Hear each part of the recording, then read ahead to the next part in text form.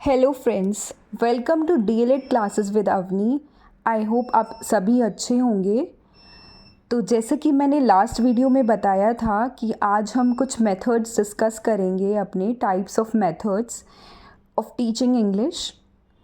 और last video में हमने कुछ अप्रोचेस देखी थी अपनी, जैसे कि स्ट्रक्चरल अप्रोच और situational approach.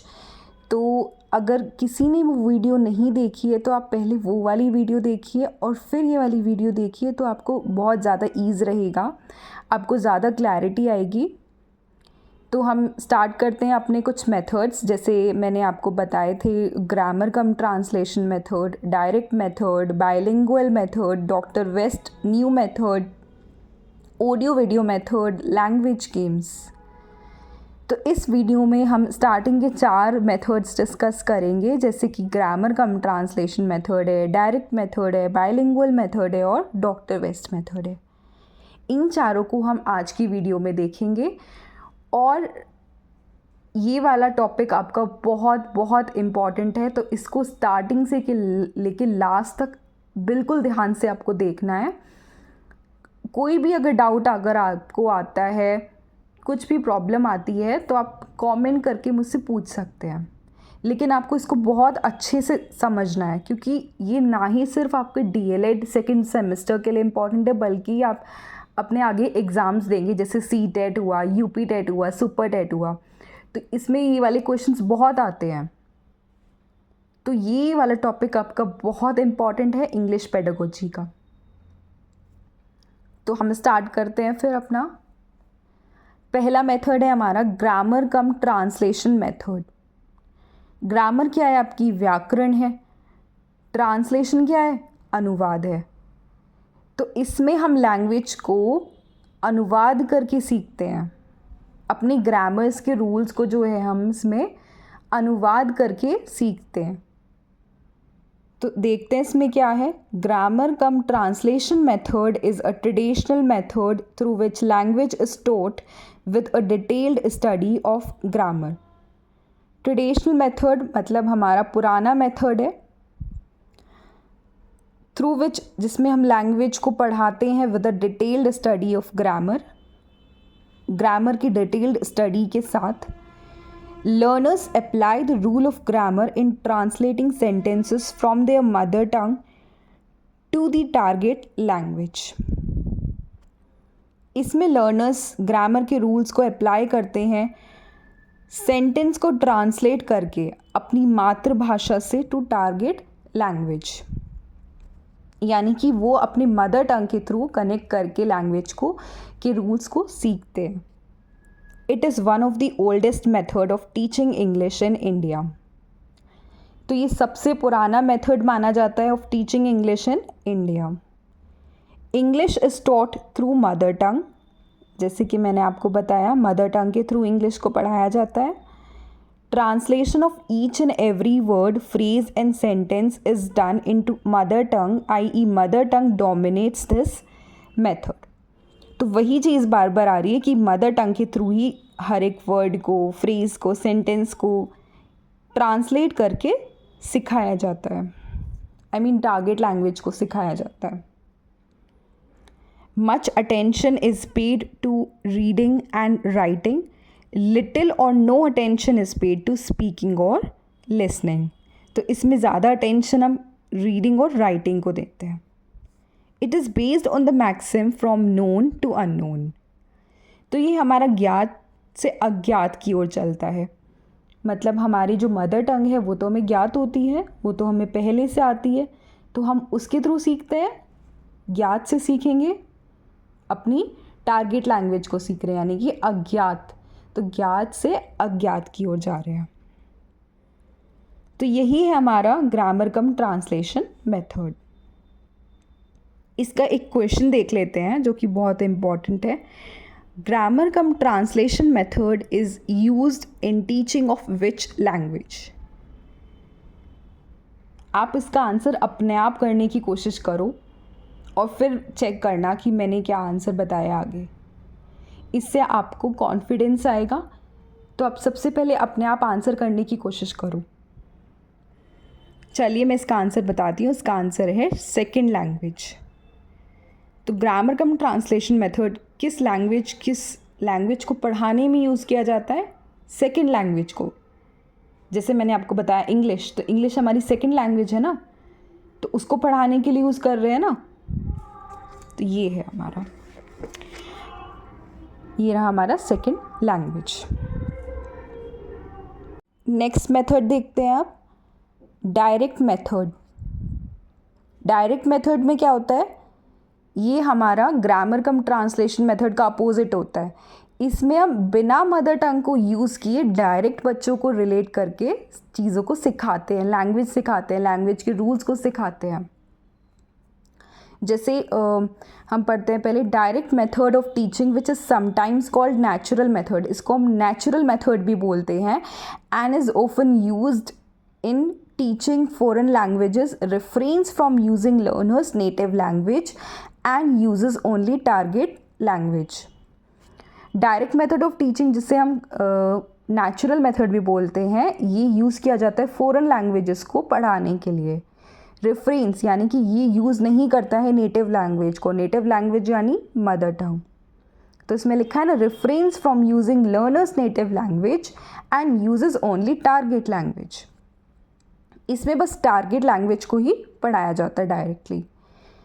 It was established in England around 1900 and contrast with grammar translation method। तो ये वाला मेथड जो है इंग्लैंड में इस्टेब्लिश हुआ था 1900 में, और ये कॉन्ट्रास्ट यानी कि अपोजिट है ग्रामर कम ट्रांसलेशन मेथड का। Teaching concepts and vocabulary through real life objects and other visual materials. तो इसमें हम बच्चों को कॉन्सेप्ट्स और वोकैबुलरी को सिखाते हैं रियल लाइफ ऑब्जेक्ट से कनेक्ट करके, उनको विजुअल मटेरियल्स दिखा के।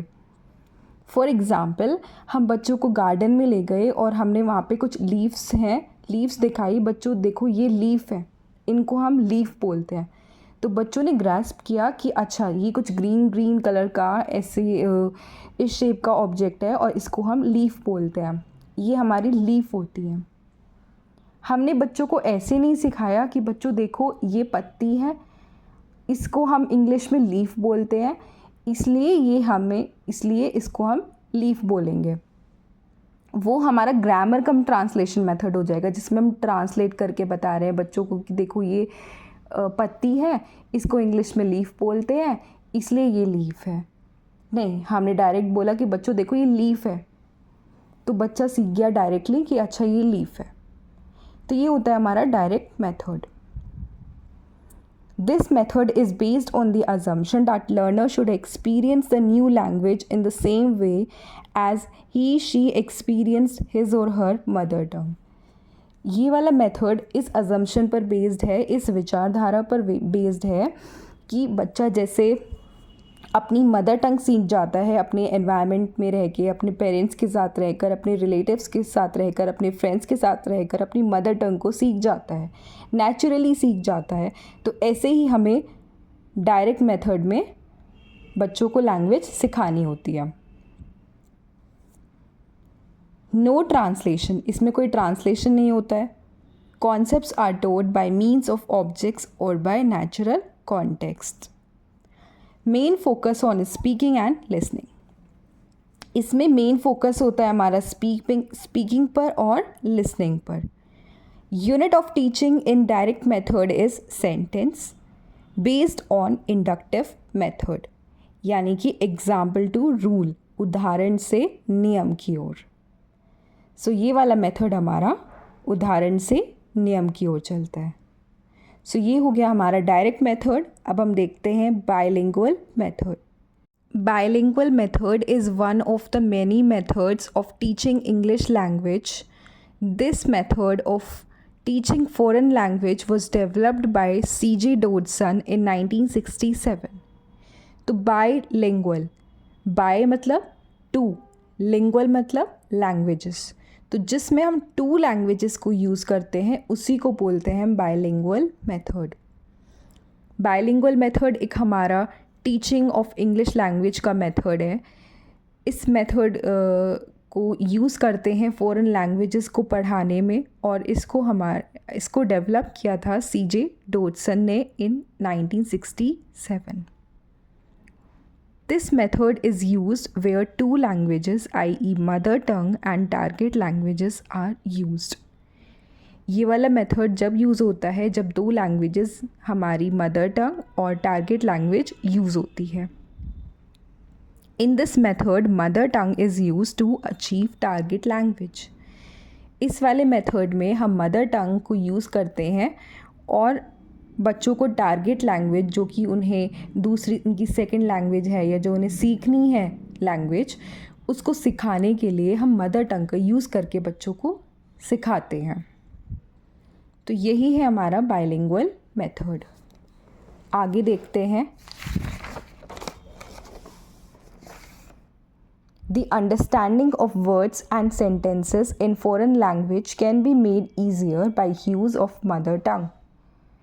जो हम वर्ड्स सीखते हैं, सेंटेंसेस सीखते हैं फ़ॉरेन लैंग्वेज के, तो मदर टंग को यूज़ करके हम बहुत ईजीली अपने टारगेट लैंग्वेज में अपने वर्ड्स को और सेंटेंस को फ्रेमिंग और उसको समझ सकते हैं और सीख सकते हैं. Bilingual method is the combination of direct method and grammar translation method. Bilingual method हमारा direct method और grammar translation method का combination है. इन दोनों का combination है. क्योंकि डायरेक्ट लैंग्वेजेस में हम टारगेट लैंग्वेज सीखते थे और ग्रामर ट्रांसलेशन मेथड में हम अपनी मदर टंग को यूज़ करते थे, तो इन दोनों का ही कॉम्बिनेशन हमारा बाइलिंगुअल मेथड हुआ. चलिए हम नेक्स्ट मेथड देखते हैं अपना, जो कि हमारा मोस्ट इम्पॉर्टेंट है. इससे हर साल क्वेश्चन आता है, तो उसको बहुत ध्यान से देखेंगे. ये है हमारा डॉक्टर वेस्ट मेथड. हमारा last method doctor West method.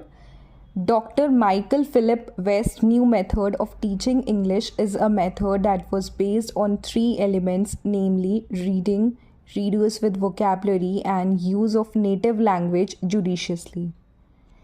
इस वाले मेथड को डॉक्टर माइकल फिलिप ने बनाया था और इसको हम न्यू मेथड भी बोलते हैं. न्यू मेथड इसलिए इसमें लिखा है doctor Michael Philips West new method of teaching English is a method that was based on three elements. ये three elements पर based होता है: reading, readers with vocabulary and use of native language judiciously. इसको हम new method भी बोलते हैं और reading method भी बोलते हैं. reading method क्यों बोलते हैं? क्योंकि इस वाले method में reading पर focus किया गया है. इसमें लिखा है आगे, this method stresses on reading. Dr. West conducted an extensive research and experiments on the problems of teaching English as a foreign language in India. According to him, it is easier to acquire reading knowledge of a language than to acquire a speaking. Doctor West ने बहुत सारे research और experiments conduct किए English problems देखने के लिए India में. Foreign language मतलब इंग्लिश को पढ़ाने में जो प्रॉब्लम्स आती हैं इंडिया में, तो डॉक्टर वेस्ट ने उसके ऊपर बहुत एक्सटेंसिव रिसर्च की. उन्होंने अकॉर्डिंग टू हिम उन्होंने देखा कि it is easier to acquire a reading knowledge of a language. उन्होंने ये देखा कि रीडिंग नॉलेज किसी भी लैंग्वेज की एक्वायर करना ज़्यादा ईजी है देन टू एक्वायर स्पीकिंग. मतलब देखकर पढ़ना ज़्यादा इजी है खुद से बोलना. This method focuses on English language needs of India. ये वाला मेथड हमारा इंग्लिश लैंग्वेज नीड्स को देखते हुए फोकस करते हुए बनाया गया है. Doctor waste new approach emphasises on reading knowledge of a language. Doctor waste new approach जो है वो रीडिंग नॉलेज पर ही एम्फसाइज करती है. वही चीज़ घूम फिर के आ रही है बार बार कि रीडिंग पर फोकस किया गया है. Initially conversation is practice in a controlled environment. यानी कि बच्चों को कोई भी नई लैंग्वेज सिखानी है तो सबसे पहले जो वार्तालाप होगा वो उनको कंट्रोल्ड एनवायरनमेंट में करवाना होगा. अगर बच्चे के कॉन्वर्जेशन में कोई एरर है, कहीं पर भी प्रॉब्लम है या बच्चा अपनी बात को सही से नहीं समझा पा रहा है, तो बच्चों को करेक्ट करने के लिए वहाँ टीचर की प्रेजेंस होनी चाहिए. तो स्टार्टिंग में बच्चों को कंट्रोल्ड एनवायरनमेंट दिया जाएगा और जैसे जैसे बच्चा उस लैंग्वेज को सीखता चला जाएगा धीरे धीरे इस कंट्रोल्ड एनवायरनमेंट को कम कर देना चाहिए, क्योंकि ये वाला मेथड लर्नर्स सेंटर्ड है ना कि टीचर सेंटर्ड। तो हमें बच्चों की नीड्स को देखते हुए अपनी चीज़ों को करना है। तो इसमें वही लिखा है, initially conversation is practice in controlled environment. तो एक बच्चों से प्रैक्टिस करवाई जाएगी सबसे पहले कंट्रोल्ड एनवायरनमेंट में। कंट्रोल्ड एनवायरनमेंट मतलब जिसमें टीचर्स चीज़ों को कंट्रोल करेगा। Grammar is taught inductively using model sentences. तो वही है इंडक्टिवली मतलब example to rule, model sentences को यूज़ करके ग्रामर जो इसमें पढ़ाई जाती है। तो डॉक्टर वेस्ट मेथड की कुछ मेरिट्स हैं, जैसे enhance vocabulary, promote reading. Enhance vocabulary, इससे वोकैबलरी तो एनहांस होगी, क्योंकि डॉक्टर वेस्ट ने एक लिस्ट ऑफ वोकैबलरी दी थी जिसमें 2280 वर्ड्स थे। अगर बच्चा सारे वर्ड्स ना सही 1000 वर्ड्स 1000 वर्ड्स भी सीखता है अपनी डे टू डे लाइफ या स्कूल एनवायरनमेंट से, तो उसकी वोकैबलरी अपने आप एनहेंस हो जाएगी और अनकॉन्शियसली उसको अपनी डे टू डे लाइफ में यूज़ कर लेगा। तो बच्चा सीख जाएगा ना, वोकैबलरी तो एनहेंस होगी ना उसकी। प्रमोट रीडिंग, प्रमोट तो करता ही है रीडिंग को ये, तो वही है। चलिए देखते हैं आगे। अच्छा, इस मेथड के ऊपर हम कुछ क्वेश्चन भी डिस्कस करते हैं। जैसे मैंने आपको बताया था कि प्रीवियस ईयर में आया हुआ है ये क्वेश्चन, तो ये 2023 का क्वेश्चन है। Doctor waste new method of teaching English emerged to overcome the limitations of. तो ये किसकी लिमिटेशंस को ओवर करने के लिए मेथड आया था? आप अपने आप आंसर करने की कोशिश करो। अच्छा, मैं इसका आंसर बताती हूँ। इसका आंसर है डायरेक्ट मेथड। चलिए नेक्स्ट एक और क्वेश्चन है, last. Doctor West method mainly focuses on. Doctor West method mainly किस पर फोकस करता है? ये तो मैंने आपको चिल्ला कर पूरी वीडियो में बताया कि डॉक्टर वेस्ट मेथड इस पे फोकस करता है। तो इसका आंसर तो सभी को पता होगा, इसका आंसर है रीडिंग। तो ये वाला क्वेश्चन भी आपका प्रीवियस ईयर में आया हुआ है 2022 में। तो इसी से आपको पता चल गया होगा कि कितना इम्पोर्टेंट ये क्वेश्चन है। ये हर साल आता है और आपको आगे भी देखने को मिलेगा। ठीक है, आई होप सभी को समझ में आ गया होगा। कोई भी प्रॉब्लम हो, कुछ भी अगर आपको डाउट्स पूछने हैं तो आप कमेंट करके पूछ सकते हैं। तो चलिए इस सीरीज़ को हम नेक्स्ट वीडियो में कंटिन्यू करेंगे। अगर आपको वीडियो पसंद आ रहा है तो इसे लाइक करें और कमेंट करके अपने डाउट्स ज़रूर शेयर करें। मैं टाइमली आपके डाउट्स को सॉल्व करूंगी और साथ ही चैनल को सब्सक्राइब ज़रूर करें ताकि जो भी रीसेंट अपडेट हो वो आपके पास सबसे पहले पहुंच जाए। तो हम मिलेंगे नेक्स्ट वीडियो में। तब तक के लिए stay happy, stay healthy. Thank you so much.